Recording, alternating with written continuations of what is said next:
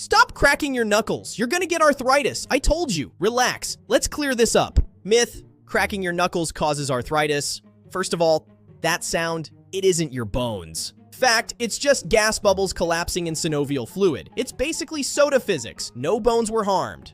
We've run the data. No arthritis from cracking. Though maybe chill if your coworkers are staring. Why do we do it? Because stress. The brain agrees. It feels good and it's not damaging.